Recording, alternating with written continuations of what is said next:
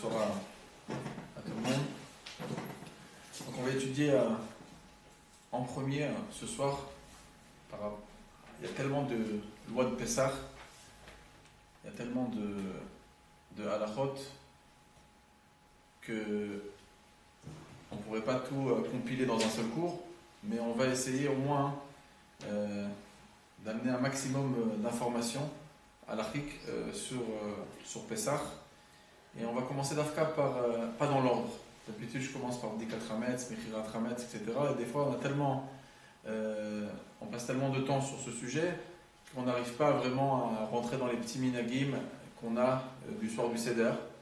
Et c'est quand même, il y a beaucoup d'importance dans le soir du Seder.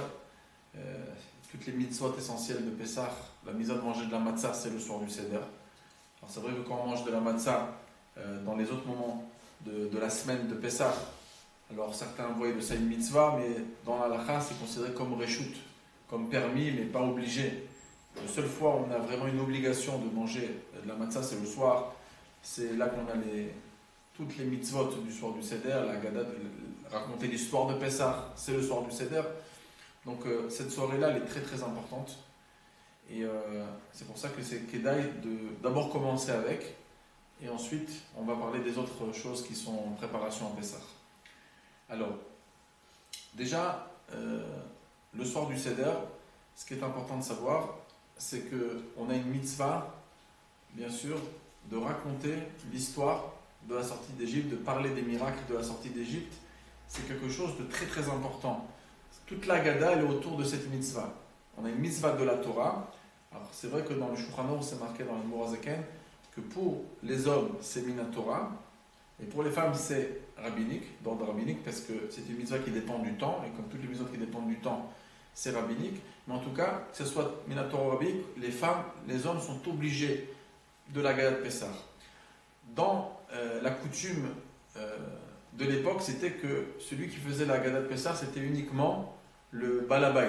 Ça veut dire que s'il y avait par exemple un homme qui est le maître de la maison, le balabait de la maison, et il avait 5-6 invités, même des hommes mariés, le seul qui faisait la Gada, c'était le balabait. Le seul qui avait la Kiara de Pessah, c'était le balabait. Et tout le monde devait entendre et se taire. C'était d'Afka mieux comme ça que les gens participent à la Gada. Comme ça, le Morazaken, il écrit clairement, Berova Madrat Meir, il vaut mieux qu'une personne, elle parle et tout le monde se tait et ils écoutent. Mais aujourd'hui, la coutume chez Chabad et chez d'autres aussi, c'est que tout le monde participe à la Gada, mais c'est très important qu'il y a quelqu'un qui lit à voix haute. Donc, c'est où le mari qui lit à voix haute, ou des fois on peut se partager des morceaux de la Haggadah. Une fois c'est une fille, une fois c'est un garçon, tant que c'est la famille qui est là, ou des gens proches, ça peut être même une fille qui peut dire la Haggadah, une partie, mais en tout cas ça se distribue. Et donc ensuite, pendant qu'une personne elle lit, c'est important qu'elle lit à voix haute, c'est important que les personnes qui suivent, ils doivent le lire aussi à voix basse. Alors je vous ai dit au début que non, ça c'est comment c'est marqué dans le Shulchan Aruch.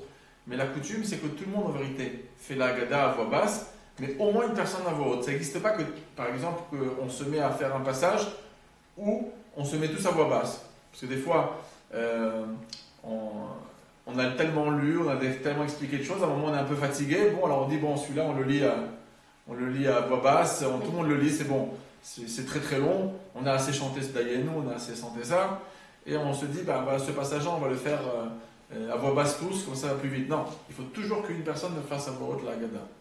Maintenant l'Admor Zaken il écrit une halakha très importante, c'est qu'on a une mission de raconter l'histoire d'Égypte, et c'est pour ça que la Haggadah elle vient. Donc on ne peut pas se permettre de lire la Haggadah et de ne pas comprendre ce qu'on est en train de lire. Alors, quand on est en Israël, c'est plus facile parce qu'on a l'hébreu, donc on a des mots, on a plus de facilité à comprendre. Mais c'est important d'avoir un peu le contexte. Alors, c'est peut-être pas faire du mot à mot. Il y en a qui traduisent un peu les passages, etc.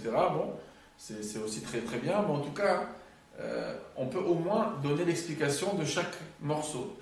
D'accord? Donc, des fois, c'est le mari qui sait plus, des fois, c'est la femme qui sait plus, des fois, c'est un Baruch Yeshiva qui sait plus.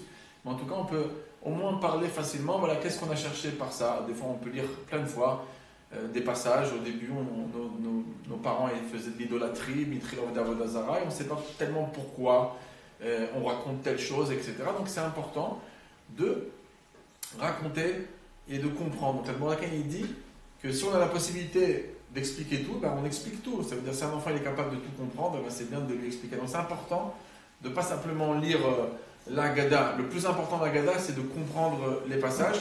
Et l'idéal, des fois, c'est vrai que c'est pas toujours facile à accomplir, mais des fois, quand il y a un Shabbat avant Pessah, etc., c'est de prendre l'Agada, un peu de la bouquiner, de la lire un peu de commentaires, etc., pour être dans avoir. Comme ça vous fait. Tout de suite, ça vous sonne. Hein. Vous entendez ce morceau. Ah oui, je me rappelle, ce morceau, il parle de ça, etc. Donc c'est important de savoir ça. Aussi, c'est important que comme on est en train d'accomplir une mitzvah, à chaque fois qu'on lit un morceau de l'Agada, on fait une mitzvah. Quand on fait une mitzvah, on doit être très très sérieux. C'est marqué. On ne peut pas, par exemple, faire un frachat trala, être déconcentré, être allongé sur un canapé à moitié, etc. Une mitzvah, elle se fait avec respect. Il y a beaucoup de mitzvahs même qu'on fait debout. Alors le soir du Seder, on est assis. Mais c'est une mitzvah qu'on pourrait faire même debout, parce que c'est une mitzvah qui est importante.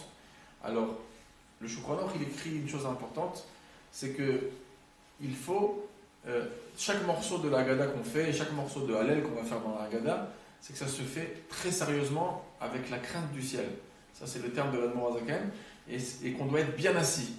Ça veut dire que si on est un peu comme ça sur le côté, un petit peu fatigué, ou un peu... Il faut toujours avoir une tenue parfaite pendant qu'on fait la gare. C'est pas facile parce que c'est quand même long, d'accord? Alors c'est vrai que des fois on s'assoit un petit peu de manière sympathique parce qu'on est un peu fatigué, etc. Mais pendant les morceaux de la Haggadah, le Morazakan il écrit très clairement dans le Siman 472 à la 48, il dit chaque chose doit se faire, 473, et il dit on doit être assis sérieusement, Behema Obeira, comme si on est en train d'accomplir une mitzvah à chaque fois. C'est tellement important la mitzvah de raconter la sortie d'Égypte, c'est que cette mitzvah-là, c'est pas simplement vous avez lu un passage, c'est terminé. Fois que vous prenez la parole, même pendant le repas, même après le repas, c'est important que ce soit autour de la sortie d'Égypte. Et on fait une mitzvah de la Torah. Imaginez-vous au Mizami d'Araban pour les femmes, mais sachez qu'à chaque fois que vous parlez, vous ouvrez la bouche sur un sujet de Pessah, vous êtes en train de faire une mitzvah, mamash. Et le Shulchan Aruch, il nous dit, le Morakan écrit dans le Siman 480 à la fin, que même après le repas, des fois les gens quand ils ont des invités, bon il y a beaucoup après le repas, ils sont complètement fatigués, il n'y a pas de quoi parler, ils vont directement, ils sont chayav mita comme on dit, ils sont chayav d'aller au lit. Mais concrètement, très souvent ce qui se passe, c'est que quand il y a beaucoup d'invités, il y a de l'ambiance. Et surtout les Français, on a l'habitude de vouloir faire un seder tard.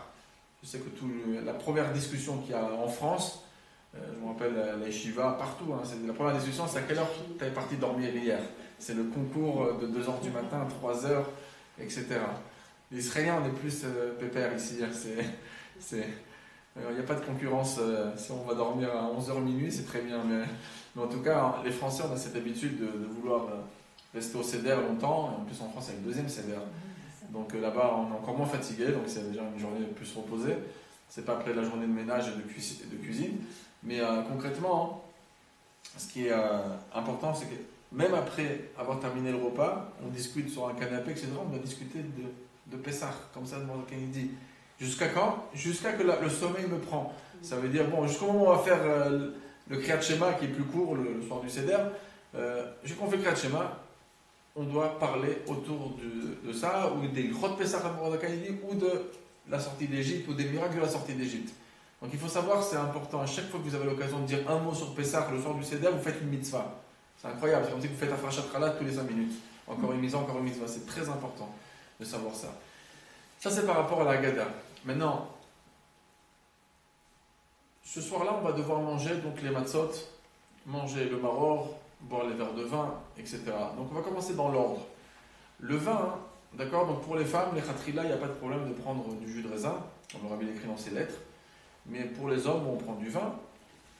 Et concrètement, l'idée, voilà, j'ai un exemple ici, on a un verre immense.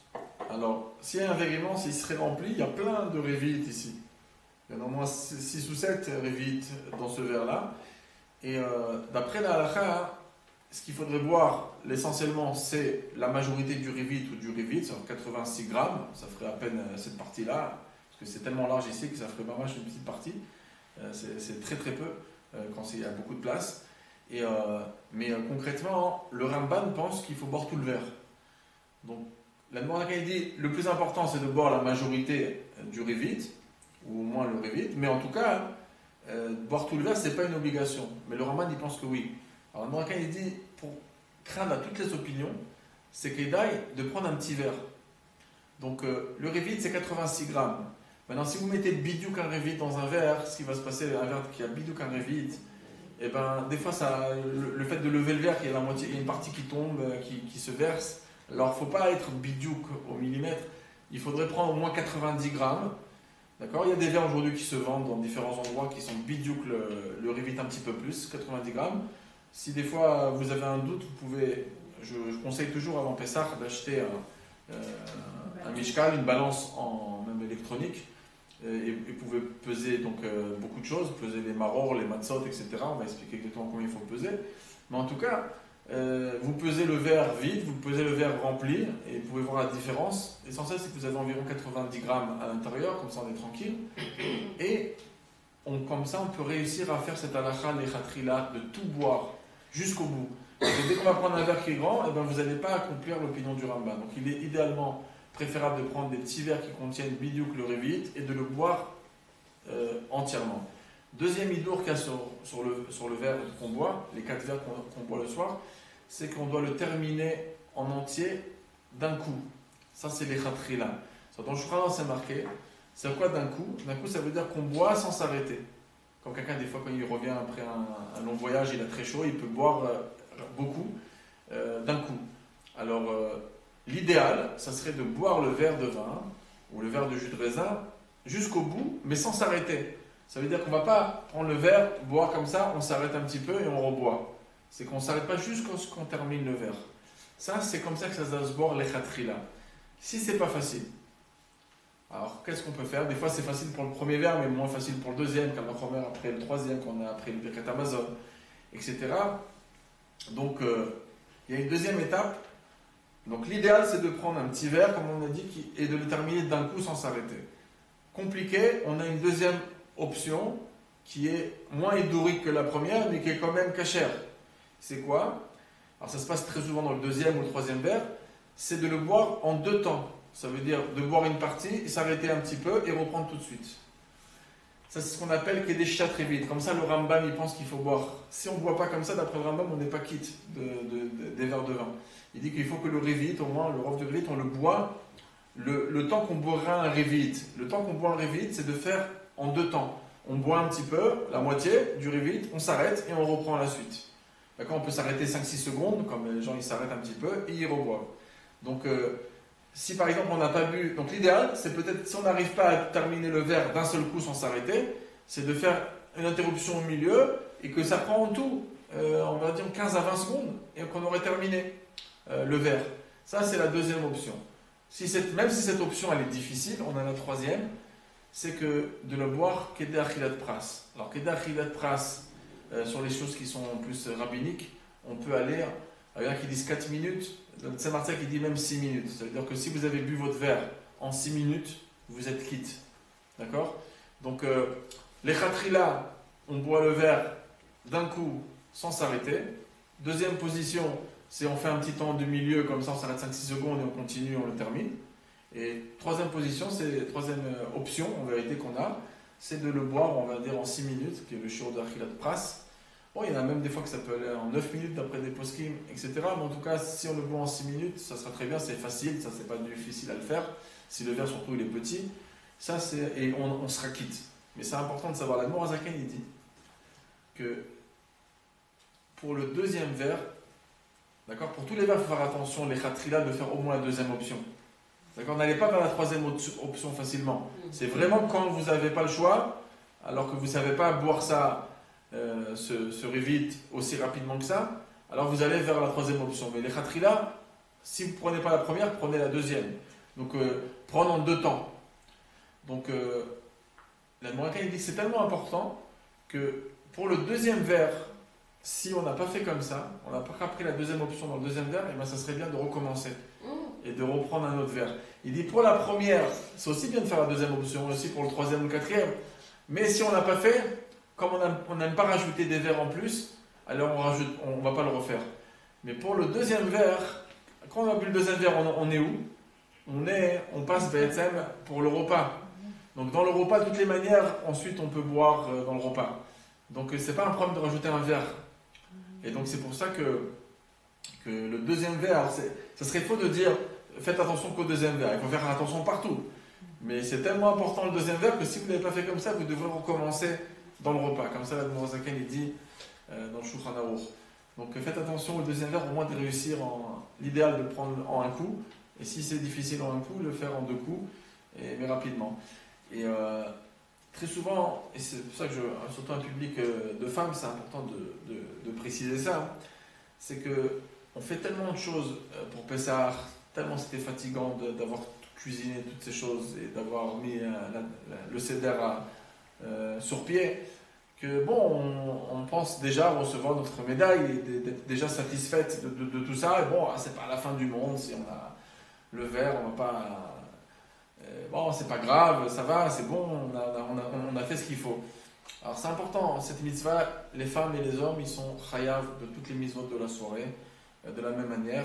Les chachamim, ils ont dit qu'on est tous chayav, même un pauvre, il doit faire les 4 kosot, il ne peut pas être mévater, il faut que la communauté s'organise pour que tout le monde ne manque pas de kosot, etc. C'est très important ces 4 verres qu'on prend, et toutes les mitzvot du soir. Donc très souvent, il y a ce côté de négligence qui peut arriver. Des fois même plus chez les femmes que chez les hommes. Pourquoi?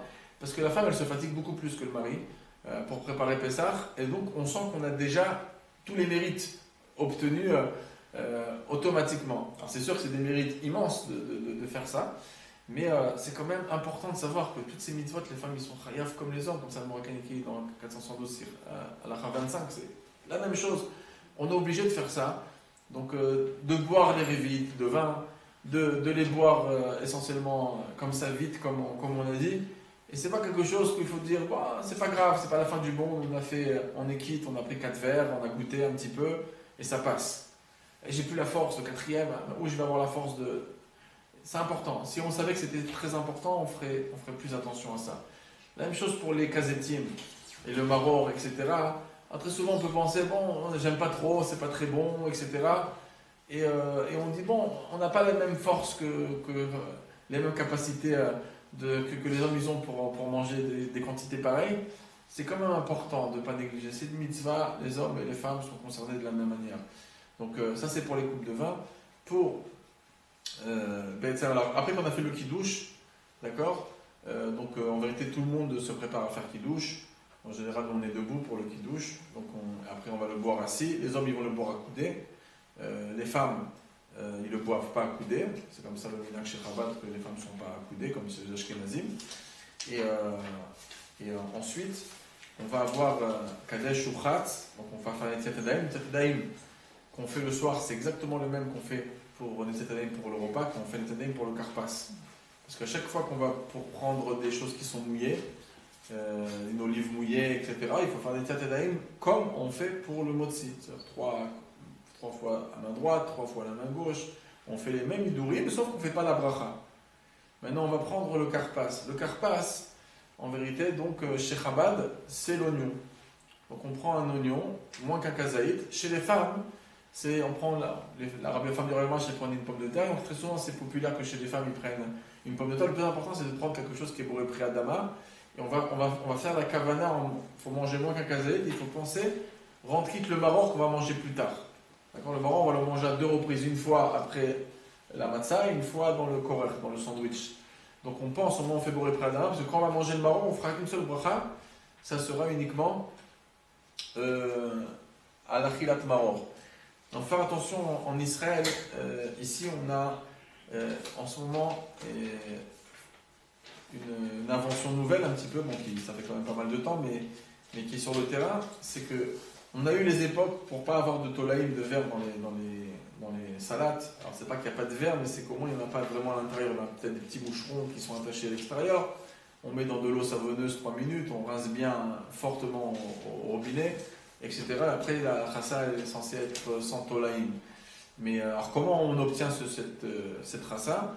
Eh ben, ce qu'on appelle le matzah menutak. Ça veut dire qu'au mieux que ça pousse dans la terre du sol, où il y a toutes les bêtes qui sont là-bas, on le prend dans un endroit fermé et on met du ciment, et ensuite on met de la terre. Ça s'appelle matzah menutak, c'est complètement déconnecté du sol, de la terre. Et il y a de la terre, mais c'est de la terre propre qui est mise au-dessus des ciments, etc.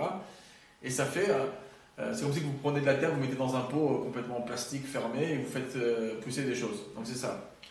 Alors, et on fait pousser de la chassa. Aujourd'hui, il y a une nouvelle solution, une nouvelle manière, c'est pratiquement ça s'appelle guidoulé maïm. Il n'y a même plus de terre. Ça pousse que sur l'eau. D'accord? Ça s'appelle guidoulé maïm. Vous avez vu guidoulé maïm? Très souvent, la rabbinate a commencé, beaucoup de rabbins ont commencé à parler, il faut dire marquer guidoulé maïm. Pourquoi? Alors ça c'est un chidouche, mais qui n'est pas... Hein? C'est Shakol. Alors le Rav Vosler, il pense que c'est Adama. Parce qu'il dit c'est le même goût, ça ressort la même chose, ça provient d'où ils font grandir cette rassa, d'une vraie rassa, et c'est de là-bas que ça pousse, etc. Mais concrètement, vaut mieux pas jouer avec ça, c'est pas plus qu'un champignon qui pousse pas de la terre, quand ça pousse pas de la terre.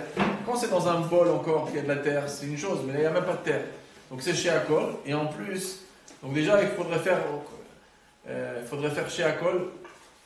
Quand nous on mange le karpas, qui est la pomme de terre, ou l'oignon, c'est Adama, on pense se rendre quitte du boré pré Adama sur la chassa. La chassa, si elle est chez Akol, elle ne pourra pas se rendre quitte avec ça. Ça c'est en plus. Tout le monde pose la fameuse question, c'est quoi le maror? Le maror, c'est ou la feuille de salade, ou la roumaine, etc. Ou bien, la deuxième chose que c'est le maror, c'est le chein, c'est le... comment on appelle ça, le chein? Le réfort.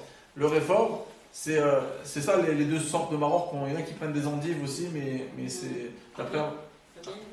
Non, le Rav des poskim, il dit c'est pas bien les endives pour le... Oui. Pourquoi? Parce que les Sfaradis, ils prennent les endives. Il y en a qui prennent les endives, mais nous on pense que dans le Mokin c'est marqué un des 4, un des 5, il y a 5 propositions, un des 5 c'est l'endive. Mais le Rav des poskim, ils disent qu'on n'est pas sûr que c'est ça le maror. Qui dit que ça a le même nom? Qui dit que ça a gardé ce nom-là pendant des centaines d'années? Donc il faut savoir, et c'est pour ça qu'en France, l'endive c'était pas ça. Alors, en France, le maror c'était la roumaine, d'accord? C'était la feuille de salade, ou c'était le réfort chez Chabad. Ça n'a jamais été autre chose. Les dernières années, ils ont fait les endives. Ouais, mais c'est... Les Chabad de France. Ouais, c'est pas Kedai. Ouais, c'est pas Kedai. Beaucoup de poskim, Tagavrei, l'amène, et tout. On n'a pas... Et c'est important, en plus, les Chabad, ils doivent se faire. En plus, nous, on a le minag, en plus, comme les Rebbeim. Nos Rebbeim, ils prenaient d'Afka, des feuilles de salade et du réfort. Ils n'ont jamais pris autre chose. D'accord? Et le Rabbi, en plus, c'est toute une chita, comment on prend. On prend la feuille de salade, on met le réfort à l'intérieur, etc. Et le problème qu'il y a peut-être en France, c'est que des fois, des gens, ils font pas attention. Ils voient le mot endive dans le Shulchan Aruch de la Mourazaken, endive, mais il y a beaucoup de choses. C'est écrit il y a 250 ans. Il n'y a aucune assurance que l'endive c'était elle. Donc ça a été pris d'autres chitotes qui pensent comme ça, mais la majorité des Ashkenazim ils ne prennent pas d'endive. Ils disent tous que c'est pas bien de prendre. Et chez nous, ça n'a jamais été une question de prendre de l'endive. Pourquoi? Parce que chez Chabad, ça a toujours été. Tout le monde fait comme le Rabbi. Et non seulement qu'on prend la chassam, on essaie de faire exactement comme le Rabbi. Le Rabbi, ce qu'il faisait, c'est qu'il prenait 2 grandes feuilles de salade et il mettait du réfort comme la grandeur d'un œuf, etc. Alors, on n'a peut-être pas la force, on va voir après combien on prend, mais on n'a jamais pensé prendre autre chose. Donc ça, c'est pas Kedai de prendre l'endive. Donc, il faut garder nos minagim. Donc, il faut faire attention de ne pas prendre une trassa qui est Guédou les Maïm, prendre une trassa normale qui est Matzah Menoutak, etc.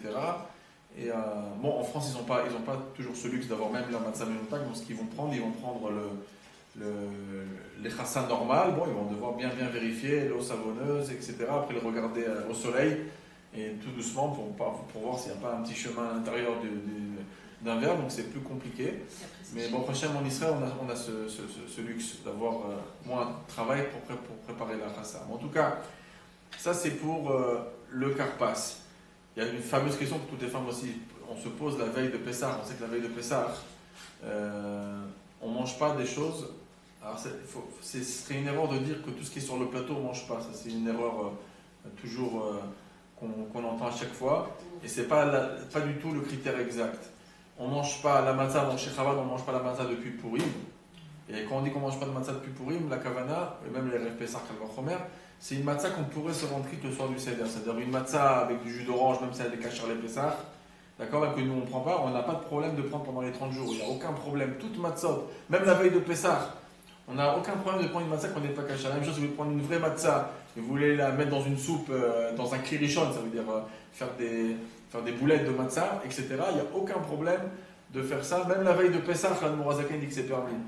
Il dit dans le Siman 471, toute matzah qu'on n'ait pas quitte le soir du Seder, d'accord, pour le chova de matzah, on peut le manger même la veille de Pessah. La veille de Pessah, c'est un sourd de manger midera banane. Là, c'est pas sourd de manger de la matzah, c'est qu'un minag. La veille de Pessah, c'est un sourd, et quand même, c'est moutard de prendre une matzah. Et ça, c'est, bon, prochain, tous les rabbins et chabad, ils le disent, mais très peu de gens connaissent. Très peu de gens, les gens, ils pensent, non, il ne faut pas toucher, c'est de la matzah. Donc, la matzah chamet, la matzah au jus d'orange, la matzah, même la vraie matzah, mais qui est fait dans une soupe. Alors, faites attention, pas une soupe que vous mettez dans votre soupe qui est dans votre assiette. Je parle quand vous faites des boulettes dans la soupe du klirishon, dans le réceptacle qui est sur le feu, etc. Ça s'appelle bichoul. Ça fait que la matzah, si quelqu'un prend une vraie matzah le soir du Seder, il la met dans la soupe du klirishon, la matzah n'est pas cachée, on ne peut pas se rendre quitte avec ça. Donc c'est pour ça qu'on peut la manger. C'est qu'avec les matzot qu'on peut se rendre quitte, qu'on n'a pas le droit de manger ni la veille de Pessah, ni le jour avant, ni 30 jours avant. Maintenant, concrètement, qu'est-ce qu'on ne peut pas manger à part ça la veille de Pessah? Donc c'est la matzah. Deuxième chose qu'on ne mange pas la veille de Pessah, c'est la charosette et tout ce qu'il y a dedans. Alors, chez Chabad, la charosette, c'est la pomme, c'est la noix et la poire. D'accord? Après, on va rajouter aussi par la suite du vin. Je vais vous expliquer. Mais en tout cas, ça, c'est la charosette Chabad officielle qui est marquée dans le Sefer, dans les Tamim Minagim du Rabbi. Maintenant, c'est évident qu'en Russie, à cette époque-là, c'est vrai que le Shulchan Aruch il propose encore d'autres choses. Il propose la date, il propose d'autres fruits qui sont comparés au peuple juif, etc. Mais on faisait avec les moyens de bord.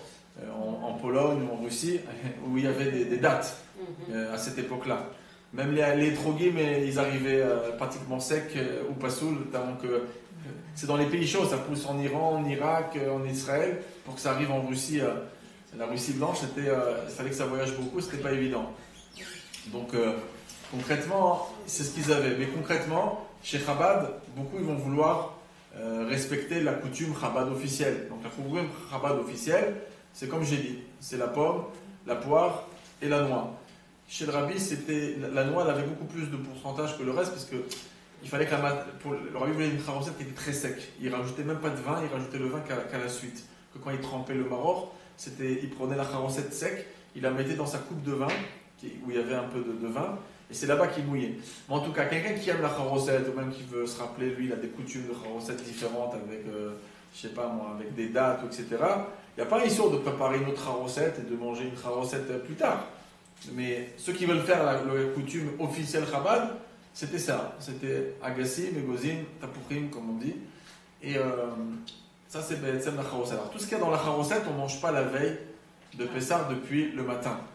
D'accord? Donc, on ne pourra pas manger de pommes, ni manger de poire, et ni manger de noix. Maintenant, si une personne met des dattes à l'intérieur, ben, elle ne pourra pas manger non plus, des dattes non plus. Maintenant, autre chose qu'on ne mange pas, c'est le maror.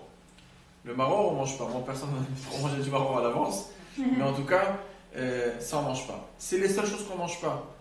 Mais par contre, le karpas, c'est un mina comme ça. Il n'y a pas de problème de manger le karpas. Donc, si c'est la pomme de terre, on peut la manger. Si c'est l'oignon, il n'y a aucun problème. Et le coup de poulet qu'on met pour le zroa, le poulet, on n'a aucun issue de le manger. D'accord? Et l'œuf aussi. Donc, on a l'œuf, la pomme de terre, l'oignon et le poulet. Il n'y a aucun issue de le manger la veille de Pessah. Il n'y a pas besoin de s'inquiéter. Donc, il n'y a aucun problème. Et dans le repas même dans le repas même, on ne va jamais toucher au coup de poulet. Le coup de poulet, il était grillé, on n'a pas envie de toucher. C'est sûr. On ne touche pas. Mais Un poulet, on n'a pas de problème. Un repas au poulet, c'est possible? Alors, Al-Pi Halakha, si on veut manger du poulet pendant Pessah ou le soir, c'est bon. Mais on n'oublie pas que c'est Yom Tov. Yom Tov, à chaque Yom Tov, c'est marqué qu'on doit manger de la viande. Et idéalement, quand on parle de viande, le Magen Avraham il le dit plusieurs fois, dans les lois de Tisha B'Av, que quand on dit de la viande, la kavana, c'est de la viande grasse, pas de la volaille. Vraiment, comment vous dites? La viande rouge. Donc, c'est de la viande rouge qu'on doit manger, et le soir, et le matin, ça c'est bien sûr de manière idéale.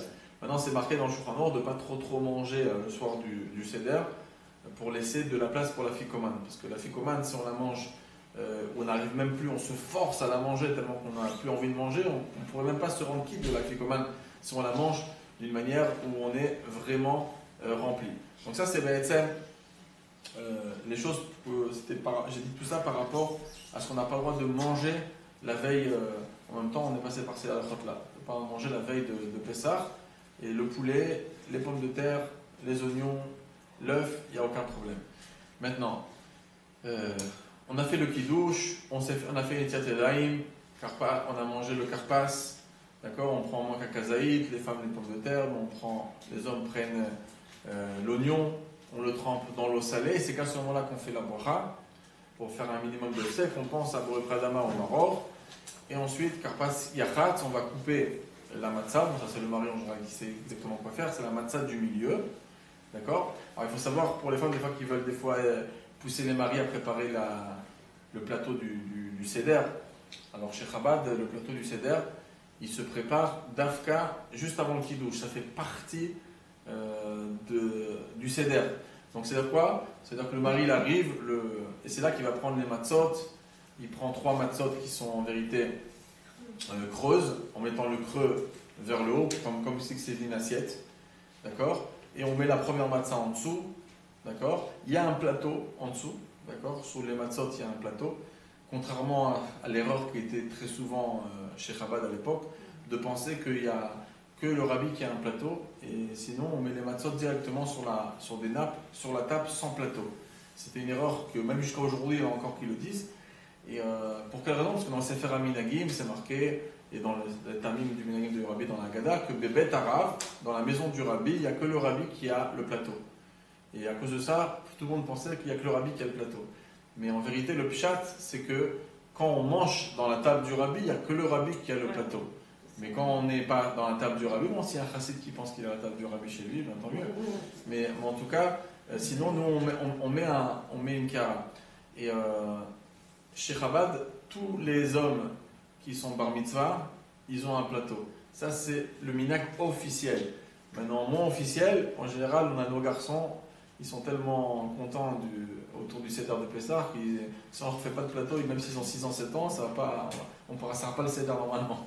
Donc concrètement, il n'y a pas de issour. C'est notre enfant, il a 6 ans, 5 ans, il veut son plateau, et bien, il aura son plateau. D'accord? Mais officiellement, ce qu'on est makpid, c'est les garçons. Donc chacun, ils vont venir préparer juste avant le kiddush.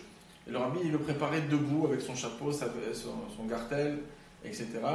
Et chaque chose qu'il faisait, il le disait avec la bouche. Donc quand il met la matzah d'en bas, qui s'appelle la matzah de Israël, il mettait, donc il disait Israël. Et ensuite il mettait Lévi, et après il mettait Cohen. Chez les autres Shitot, qui sont pas Chabad, ils font le contraire. Ils font Cohen, Lévi, Israël. C'est de la même hauteur. Le Cohen, il a la même hauteur. C'est la matzah d'en haut, c'est le Cohen. La matzah d'en bas, c'est Israël. Mais la différence, c'est qu'eux, ils commencent par Cohen, et après Lévi et Israël. On fait Israël, Lévi, Cohen. Alors eux, c'est dans le sens qu'ils font racheter votre keli.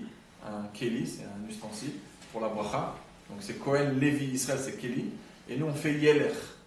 C'est avancer. Alors, pour le Seder, on essaie qu'un juif, il va, Be'ezrat Hashem, avancer dans sa avodat Hashem. Et donc, c'est pour ça que le Rabbi Rachab, il disait, si on veut, on peut être exaucé pendant le soir du Seder. Il y a beaucoup de brachot le soir du Seder. C'est le jour de la délivrance du peuple juif. On peut avoir beaucoup de bénédictions. Alors, on pourrait demander ce qu'on veut. On pourrait demander beaucoup d'argent. On pourrait demander beaucoup de choses. Le Rabbi Rachab, il disait souvent, et c'est comme ça chez Chabad, on demande de la spiritualité. Le soir du Seder, il faut demander de la spiritualité. Donc, c'est pas le moment de demander un pavillon, demander des choses comme ça. La chose qu'on demande, c'est qu'on a plus de Hirat Shamayim, que nos enfants ils ont de la Hirat Shamayim, que nos enfants ils étudient bien la Torah, etc. On demande des demandes spirituelles ce soir-là. Mais en tout cas, on revient, on prépare donc, ça c'est Yeler, Israël, Lévi Cohen, et ensuite on va mettre les minimes au-dessus du plateau, et au-dessus des matzot. Donc chaque matzah elle est séparée par une nappe. Aujourd'hui il y a des nappes qui sont vendues directement, on met les matzot directement dedans. Et chez Chabad, c'est un peu plus compliqué. Chez nous, c'est qu'on met les minimes directement dessus. D'accord? Alors, des fois, on peut prendre une petite mapite comme ça. C'est évident qu'on peut poser dessus le coup de poulet à droite. À gauche, on aura l'œuf. Alors chez Chabad, l'œuf, il est en entier, il est cuit et il est dur à l'intérieur et il a la coquille autour et une coquille qui n'est pas du tout fêlée entièrement, une coquille entière. Et à tel point que le rabbi il voyait que si une fois, des fois ça arrive, parce que comme c'est pas posé dans une kiara, ça glisse, des fois ça peut tomber sur la table. Et si des fois ça se casse, et quand ça se casse, ça fait une petite fissure. Dès que le rabbi voyait une fissure sur son œuf, il changeait d'œuf. Donc il en préparait plusieurs, parce que c'était très important pour le rabbi que l'œuf ne se casse pas, même pas il y a une fissure. On ne sait pas pourquoi, mais ça doit être al-pi Kabbalah, c'est important. Mais en tout cas, c'est ce qu'on fait. Donc on fait attention de ne pas casser la coquille. Bon, si ils sont tous cassés, qu'on n'a pas d'autre, c'est pas grave, mais on essaye de faire ça au maximum. L'œuf, alors c'est vrai que ça glisse, puisqu'en plus la matzah elle est un petit peu en assiette, comme ça qu'on les choisit, en plus c'est sur le côté gauche, donc ça glisse, bon, c'est pas grave, ça glisse et on la remet en place. Et ensuite au milieu on a le maror, donc c'est comme un ségol. Le maror, comme on a dit, c'est les feuilles de chassal, la roumaine, etc., plus un peu de réfort. Ensuite à droite en dessous, on en fait un nouveau ségol. Donc il y a la charosette et à gauche on va mettre le karpas, donc en général c'est l'oignon, et en dessous on va remettre un peu de maror et de réfort en dessous. Ça c'est la kéhara qu'on prépare entièrement, pendant juste avant le kiddush. Maintenant on reprend donc le passage où on était dans le moment du seder, où on était que le mari à un moment il va couper la matzah du milieu de Lévi, il la coupe en deux. Et la plus grande partie qui est sortie, parce que c'est jamais bidjouk, la plus grande partie, on la garde pour plus tard pour la ficomane. Alors chez nous, il n'y a pas tellement que les enfants ils les attrapent, ils vont courir avec, etc. Mais en tout cas, on la met de côté. Et la partie la plus petite des deux morceaux, il reste au milieu. La grosse partie, elle, on va la couper en 5 parties. C'est la ficomane, qui est la grande partie, on va la couper en 5. Maintenant, en 5 en tout. On a 5 morceaux. Oui, on a 5. En tout, ça sera en 5. Ouais. D'accord. Donc, on va couper encore 4 morceaux de cette partie-là. Mais en tout cas, c'est coupé en 5. D'accord. 5, n'importe quelle taille. Non, n'importe quelle taille. Il n'y a pas de problème. Et on la met de côté pour la fin du repas, qui ça va être la ficomane. On va devoir manger avant Chatzot, comme il est connu. Donc, ensuite, on a fait Yachatz, Kadesh Uchat Kapat Yachatz. Après, il y a bien sûr toute la partie du Magid, etc. Et on fait toute la Haggadah, la partie de la Haggadah avec le Hallel, je sais qu'on va boire le verre après la bracha de Gaï Israël. Et ensuite on va passer à Motzi. Et là, donc là, c'est la partie là où il y a plus de complications à comprendre. Alors d'une manière très très simple, alors, ici c'est évident que quelqu'un qui va regarder le Shulchan Aruch, c'est marqué complètement autrement de ce que je vais dire. Mais les maaseh, on doit faire comme moi je vais dire, c'est comme ça la coutume. Pas comme c'est marqué en Shulchan Aruch. Il y a beaucoup d'explications pourquoi ça a changé. C'est pratiquement infaisable ce qui est marqué en Shulchan Aruch aujourd'hui, puisque la matzah elle a une autre texture, elle est différente.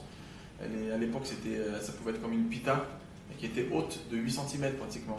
D'un tefar, donc un kazit c'était une bouchée, c'était très facile, en plus c'était mou, comme une pita. Donc aujourd'hui c'est très fin, c'est sec, etc. On ne peut pas manger des quantités immenses rapidement comme ça marque en Shulchan Aruch, donc on fait aujourd'hui autrement. Alors de quelle manière on mange? Alors, ce qui est important, c'est qu'on prépare tout à l'avance, avant de se lever pour faire une tête de tout être organisé en tête, parce que depuis le moment où on va faire un motzi, on va devoir manger les choses, les kazetim, et on va pas pouvoir parler jusqu'au moment où on va manger le sandwich, qu'on appelle le korer. Donc on va manger les matzot, ce qu'on appelle le motzi matzah, on va manger le maror, et ensuite on va manger le korer. Pendant toute cette période, on ne va pas pouvoir vraiment parler à part. Donne-moi de la charosette, donne-moi ça. Tout ce qui concerne directement, quand on a commencé à goûter bien sûr la matzah, tout ce qui va concerner les choses du korer ou du maror, on peut demander, mais le reste, on ne peut pas discuter. C'est pour ça que c'est important, très souvent, on a cette erreur, les familles font beaucoup d'erreurs de parler, juste après manger les matzot. En général, c'est automatique, on est tellement heureux qu'on a réussi. On l'a fait, d'accord. On a mangé en quelques minutes, on a réussi à manger comme il fallait. Et donc, quand on a commencé à parler, on a réussi, ça m'a pris 2 minutes, donc ça fait 3 minutes. On n'a pas le droit de parler. Ça ne fait pas partie des choses qu'on a besoin. C'est pas passe-moi du maror, passe-moi de la charosette. Donc, c'est pas le moment. Vous ferez les éloges après le Korer. Après le sens que dans le 415, on ne parle pas, parce qu'en vérité, quand on fait la bracha, il faut d'abord savoir qu'on va faire Amotzi et Achilat Matzah, on va devoir penser avant de quitter le Korer. Donc on ne peut pas parler au milieu jusqu'à quand on n'a pas terminé le Korer. Mais on va même, le Rabbi l'a rajouté, on va même penser à la Fikoman en faisant la bracha. Mais le Rabbi dit ça sera trop dur de demander à quelqu'un de ne pas parler jusqu'à la Fikoman, parce que ça veut dire que pendant tout le repas on ne pourrait pas parler. Donc ça on ne prend pas comme Khumra, mais au moins jusqu'au Korer on est obligé de ne pas parler les Khatrila, d'accord? Donc ça c'est important à savoir.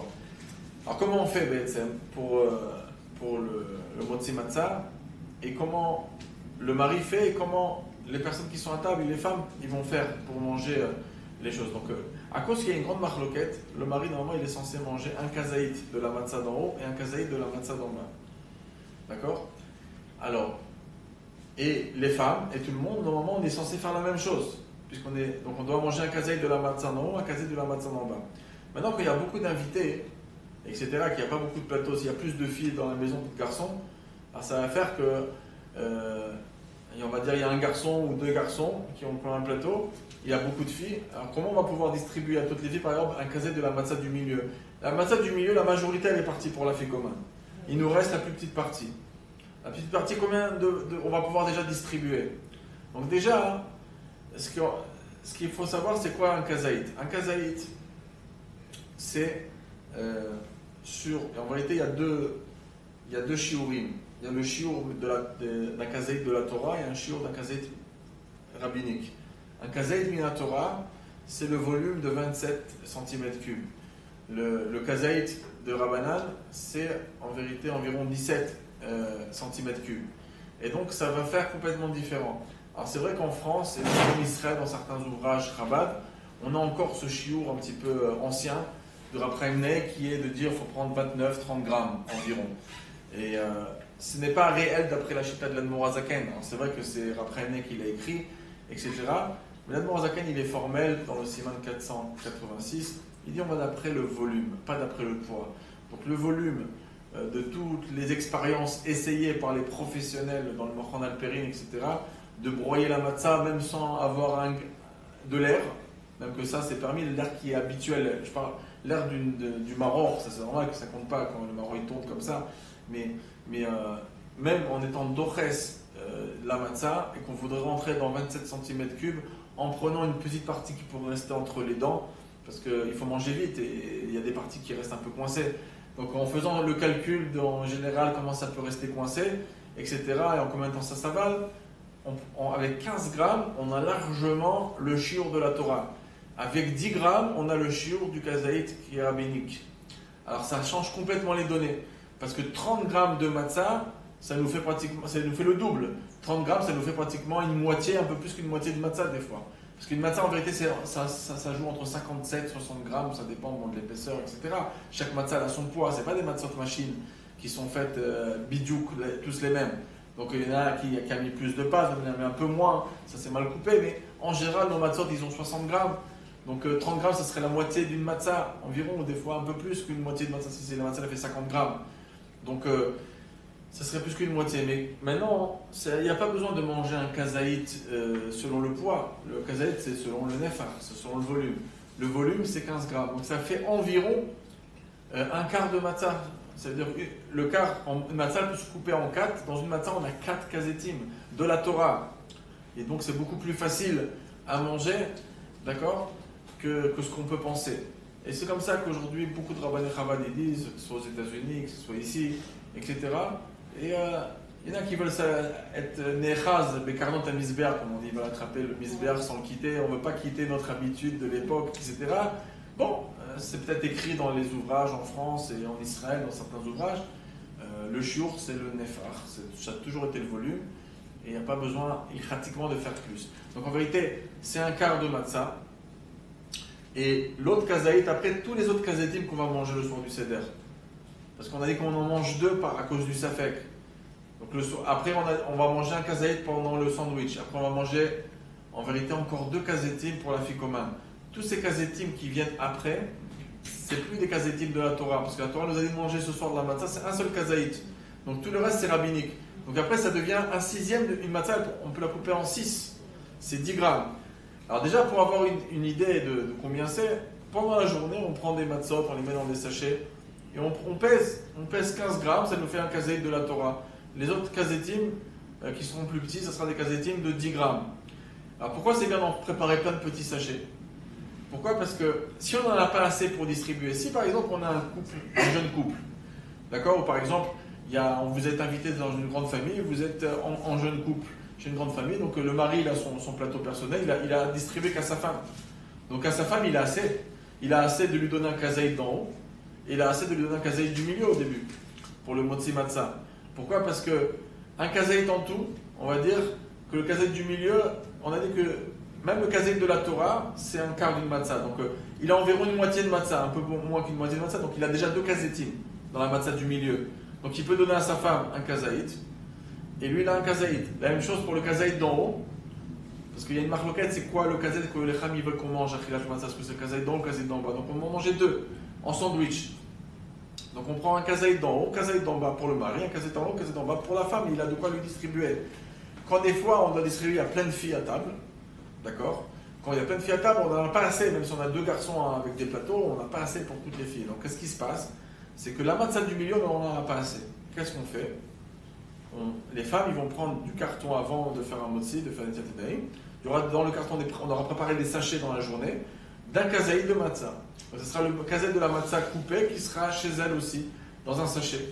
Donc où il y aura 15 grammes de matzah pour elle. Et comme ça, on peut distribuer aux femmes. Maintenant, comme chaque Shabbat et Yom Tov, on distribue aussi à goûter du lechem mishné, on prend 2 pains. Donc là, quand le mari l'a attrapé au début pour faire la bracha, le mari il attrape les 3 matzot. Il fait un motzi lechem min haaretz. Dès qu'il a terminé un motzi lechem min haaretz, il va lâcher la matzah d'en bas. Il ne lui reste plus que la matzah d'en haut qui est entière et la matzah du milieu qui est coupée. Et il va faire la bracha à la khilat matzah. Nous, on répond pour le moment Amen sur ces brachot. Et ensuite, donc, il va prendre un kazaït de la matzah d'en haut, un kazaït de la matzah d'en bas pour lui. D'accord? Alors maintenant, puisqu'on doit le manger au plus vite, alors c'est combien on doit manger? Alors comme c'est un kazaït de la Torah, c'est bien de manger au moins ces 2 kazetim qu'on va prendre en 3 minutes. Ça, c'est idéal. Et si c'est difficile 3 minutes, c'est le manger en 6 minutes. D'accord? 6 minutes, c'est le shiur du Tzemar Tzedek. Alors à l'époque, on diffusait 4 minutes. C'est le shiur de Rav Chaim Naeh. Mais on n'a pas besoin d'aller prendre les psakim sur ça de Rav Chaim Naeh lorsqu'on a un Tzemar Tzedek noir sur blanc qui nous dit 6 minutes. Ou bien, le rabbi il a rajouté une note dans le Sefer HaMinagim qui avait été écrit par le Rav Groner, le Rav Pinglas du Canada. Et le rabbi avait écrit des notes en dessous. Il avait rajouté une des notes. Et il a dit qu'il y en a qui disent, il y a une shmoua comme ça, il y a un bruit qui court, que le Rabbi Hillel de Paritcher aurait entendu du Tzemar Tzedek que le shiur d'Achilat Pra c'est 3 minutes. Donc le Rabbi il a rajouté cette note. Donc nous ce qu'on a de nos textes, de nos rébéim, c'est ou 3 minutes ou 6 minutes. Bon, après il y a aussi le shiur de 9 minutes, ça c'est un shiur plus grand, c'est les shiurim des Rabbanan, qu'on utilise des fois pour les gens malades, les gens fatigués, etc. Mais 3 ou 6, 3 c'est idéal, de manger ces 2 kazetim en 3 minutes. Donc le mari va le manger à couder en 3 minutes. Et pour ne pas faire un F sec, parce que s'il commence à distribuer et manger, il va faire un F sec. Alors ce qu'il faudrait faire, c'est qu'il prend son morceau de matzah d'en haut, prend son morceau de matzah d'en bas, il laisse pour sa femme largement en haut, parce qu'il faut qu'elle prenne un quart de matzah d'en haut.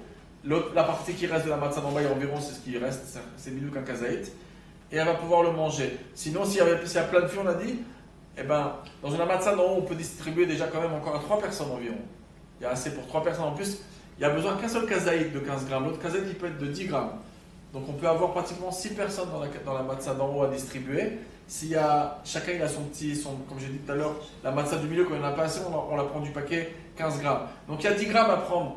Donc environ, on coupe la matzah d'en haut en 6. Alors s'il suffit qu'il y a deux hommes qui ont un plateau sur la table, Kalvachomer, c'est des enfants qui ont des plateaux, alors on peut aussi leur prendre, faire un motzi avec leur matzot, etc. Donc on peut avoir aussi un lechem mishné. Et donc on peut avoir largement de quoi distribuer la matzah d'en haut. Par contre, et ça je viens retirer une erreur qui se passe très souvent dans la tête des femmes, c'est ou l'idée que la femme ne doit pas manger de kazetim, d'accord? Parce que la femme elle est autant chayav que l'homme. Si l'homme il mange de kazetim, des fois les femmes on dit ils n'ont pas assez de force de manger beaucoup. Alors ça c'est bien pour la ficomane. La ficomane, à la fin du repas, c'est marqué que les 2 étimes c'est un hidour. Et si on n'a pas la force, on en mange un seul. Alors là-bas, très souvent, les femmes, ils vont utiliser ce éther à la fin de ne pas manger de... En plus, les casétim, c'est 10 grammes. Hein. C'est un sixième de matzah, mais des fois, même ça, c'est dur de manger 2 casétim. Ça fait de manger pratiquement presque une moitié de matzah, un petit peu moins. Alors des fois, c'est difficile de le faire. Alors là-bas, on dit que quand on n'a pas la force de manger autant, alors qu'est-ce qu'on doit faire? On doit faire un tnaï.